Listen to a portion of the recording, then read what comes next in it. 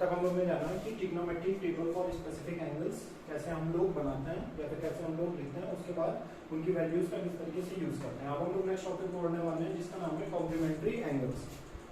सो complementary angles सबसे पहले मैं जानना होता क्या है। तो बेटा कॉम्प्लीमेंट्री एंगल्स वो दो एंगल्स होते हैं जिनका सम 90 डिग्री होता है। जैसे कि मैं राइट एंगल की बात करूं, ठीक है, तो इसमें एक एंगल हमारा 90 डिग्री का होता है, एक एंगल हमेशा हमारा 90 डिग्री होता है, और बाकी दोनों एंगल्स θ1 एंड θ2 ये दोनों acute pair of acute angles होते हैं। अगर मैं angles of property of triangle लगाऊं तो हमारा θ1 plus θ2 plus 90 equal to 180 degree के इक्वल टू आएगा, और यहाँ से हमें θ1 प्लस θ2 की जो वैल्यू मिलती है वो 180 माइनस 90 दैट इज 90 मिलती है। इसका मतलब कॉम्प्लीमेंट्री एंगल्स वो होते हैं बेटा वो दो एंगल, वो पेयर ऑफ एंगल्स जिनका सम 90 डिग्री होता है, जिनका सम 90 डिग्री होता है, उस पेयर ऑफ एंगल्स को हम लोग कॉम्प्लीमेंट्री एंगल्स बोलते हैं। तो राइट एंगल ट्रायंगल में बेटा जो दो acute angle pair of acute angle होते हैं वो हमेशा से कॉम्प्लीमेंट्री एंगल ही होते हैं।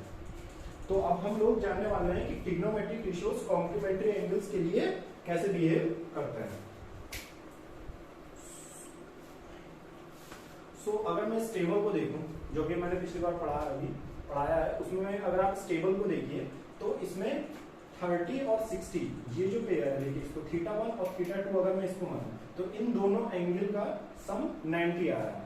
तो अगर आप ध्यान से देखें तो sin 30 की जो वैल्यू है वो sin 60 cos 60 के वैल्यू के बराबर है, ठीक है। sin 30 की वैल्यू cos 60 के बराबर है, sin 45 की वैल्यू cos 45 की वैल्यू के बराबर है, और sin 60 की वैल्यू cos 30 के बराबर है। तो मैं देख क्या रहा हूं कि अगर मैं cos थीटा ले रहा हूं, या सपोज दैट चलिए cos 30 ले रहा हूं, ठीक है, तो इसकी वैल्यू हमेशा sin 90 minus theta, sin 90 minus theta, यानी अगर मैं यहाँ 30 लिया हूं, ठीक है, तो sin 90 माइनस 30 यानी ये इसके बराबर आ जाएगा cos 30 इक्वल टू sin 60। ये देखिए ये और ये एंगल, इन दोनों एंगल का सम 90 है, 30 प्लस 60 90, तो ये दोनों कॉम्प्लीमेंट्री एंगल है।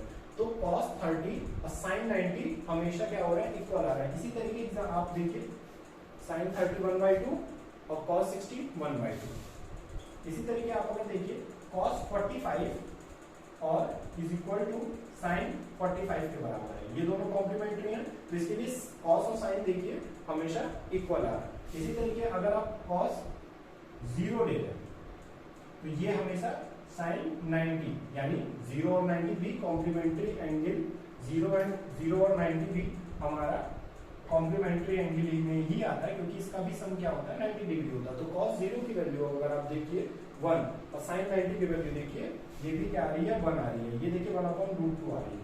यहां से हमने जाना है, यहां से हमने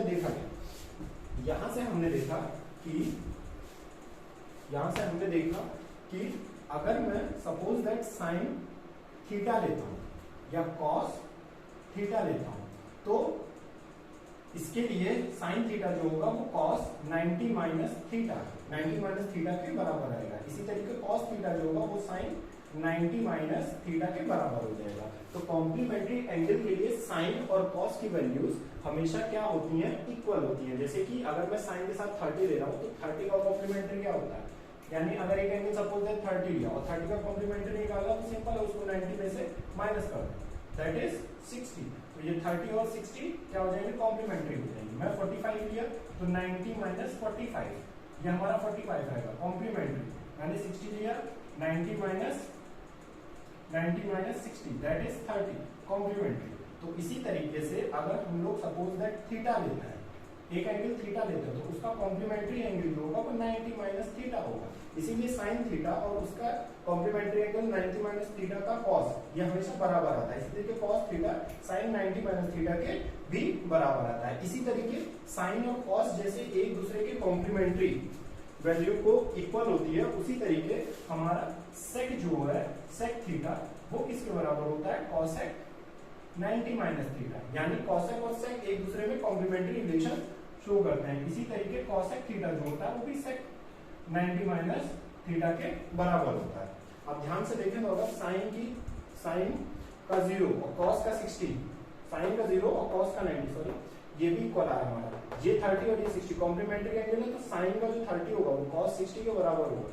45 एंड 45 भी हमारे क्या है, कॉम्प्लीमेंट्री एंगल्स हैं, तो इनकी भी वैल्यू हमेशा इक्वल आ रही। इसी तरीके आप कॉसेक या सेक में देखिए, कॉसेक 0 है, कॉसेक 0 है, कॉसेक 0 है,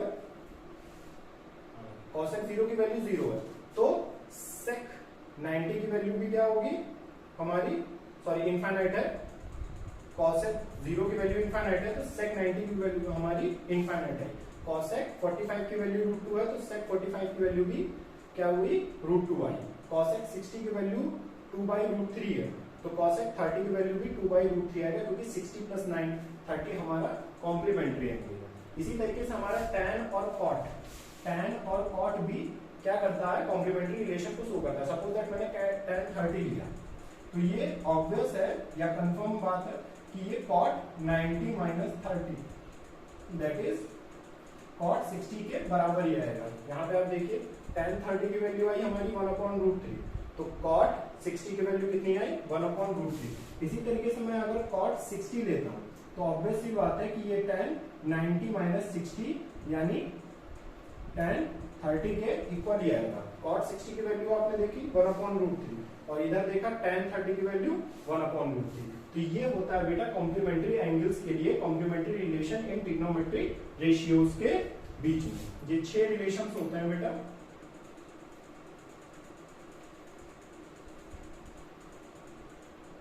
और ये सिर्फ स्पेसिफिक एंगल के लिए ही नहीं एप्लीकेबल होते हैं, ये किसी भी जो है एंगल्स के लिए 0 से 90 के बीच में किसी भी एंगल्स के लिए एप्लीकेबल होते हैं। होते तो और के लिए भी है, लेकिन आपको भी 0 से 90 ही पढ़ना है। जैसे कि मैं बात कर देता हूं कि cos 40 cos 35, तो ऑब्वियस सी बात है ये sin 90 - 35, क्यों, sin 90 - 35 के बराबर ही होगा, दैट इज sin 55। क्यों, 35 और 55 क्या है, इनका सम कितना है 90, यानी ये कॉम्प्लीमेंट्री एंगल है। इसी तरीके से अगर मैं cot 41 की बात करूं, cot 41 की बात करूं, तो ये cot 49 के सॉरी tan 49 के बराबर ही होंगे, क्योंकि 41 और 49 का सम 90 है और ये कॉम्प्लीमेंट्री है, तो कॉम्प्लीमेंट्री एंगल के लिए cot और tan क्या होते हैं, आपस में इक्वल होते हैं। इसी तरीके अगर मैं sec 33 की बात करूं, sec 33 की बात करूं, तो यहाँ पे ये cosec 57 के बराबर होगा। cosec 57 बोले या cosec 90 - 33 की बात करें, जो कि cosec 57 आएगा, 57 डिग्री आएगा। तो इन दो, अगर दो एंगल का सम 90 आ रहा, तो उसके लिए cosec sec आपस में क्या होंगे, इक्वल होंगे। इसी तरीके cot और tan भी इक्वल होंगे और इसी तरीके से cos sin भी इक्वल होंगे। तो ये जो टॉपिक होता है बेटा, इसको हम लोग कॉम्प्लीमेंट्री एंगल जो है रेशियोज ऑफ कॉम्प्लीमेंट्री एंगल के नाम से भी हम लोग जानते हैं। सो आपका नेक्स्ट एंड लास्ट टॉपिक बचा हुआ, जिसको हम लोग square relation of trigonometric ratios से जानते हैं।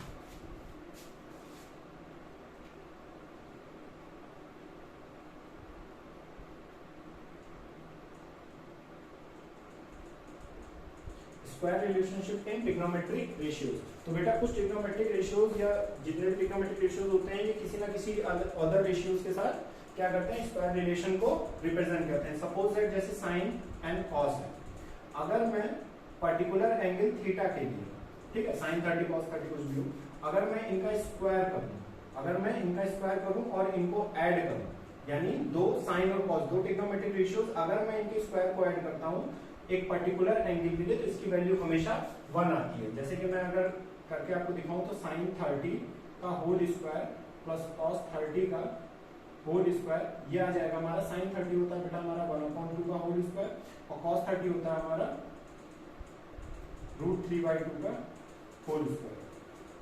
इसको अगर मैं सॉल्व करूं, तो 1 का स्क्वायर 1, 2 का स्क्वायर 4, √3 का स्क्वायर 3 और इसका स्क्वायर 4। ये हमें लाइक फ्रैक्शन मिलता है, जिसमें हम डिनोमिनेटर को एज इट इज लिख देते हैं और न्यूमरेटर को ऐड करके कट करते हैं, तो इसकी वैल्यू 1 है। ठीक है, इसी तरीके से बेटा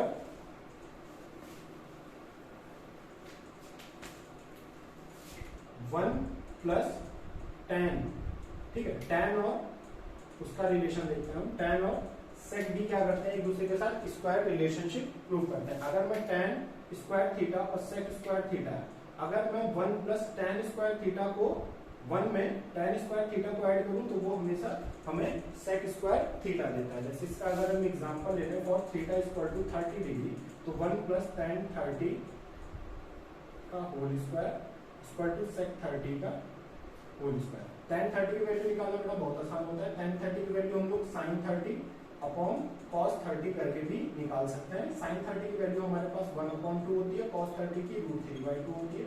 कट करने पे बेटा हमें ये 1/√3 मिलता है। तो 1 प्लस 1/√3 का होल स्क्वायर ही हमारा sec 30 की वैल्यू निकालना है। तो sec 30 की वैल्यू हम लोग स्क्वायर रिलेशनशिप से भी इजीली निकाल सकते हैं। ये 1/cos 30 के बराबर होता है, और cos 30 की वैल्यू हमें पता है कि √3/2 होती है। तो इसको रेसिप्रोकल करेंगे तो ये 2 इधर ऊपर चला जाएगा, तो 2/√3 होता है। 2/√3 का होल स्क्वायर। इस रिलेशन को सॉल्व करेंगे तो ये 1 का रेशियो 1 और √3 का रेशियो 3 आ जाएगा।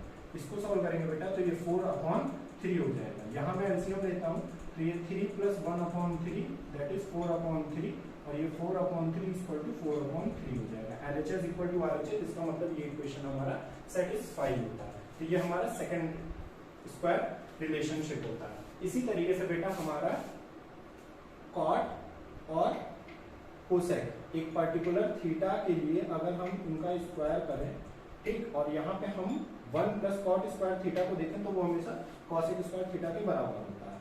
सेम तरीके से आप थीटा को 30 रिप्रेजेंट करके 1 प्लस कॉट 30